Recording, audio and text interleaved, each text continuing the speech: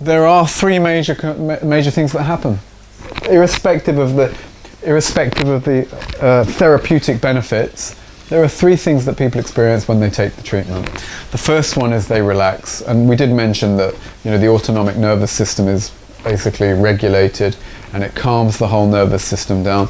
You'll notice as soon as you get on this, if you are stressed, you'll find that you relax. It's easy, and it's we get great compliance because people love the treatment. They feel good when they do it, and that's the bottom line. First thing they experience is relaxation. The second, as I said, there is this sense of well-being. The fire infrared is going to trigger the production of endorphins. There truly is that feel-good factor. It's as simple as that. You're going to calm the system down. You're going to trigger the production of endorphins, so you start to feel well, which is why most people are exercise addicts, because they just want to trigger the production of endorphins and feel great. The fire infrared will trigger the production of endorphins. You're going to feel good.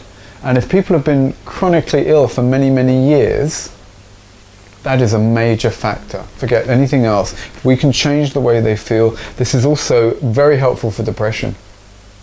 Again, depression, you know, there's a light deficiency going on, and when you start to put light into the system, it affects the way you feel, and it has an uplifting effect. And we've got some studies showing that it has help. It's very beneficial for depression.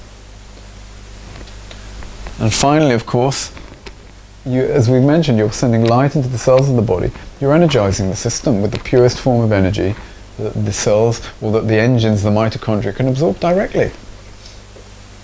Relaxation, sense of well-being, and feeling hugely energized. That's the experience you can be pretty sure that most people will have when they do this.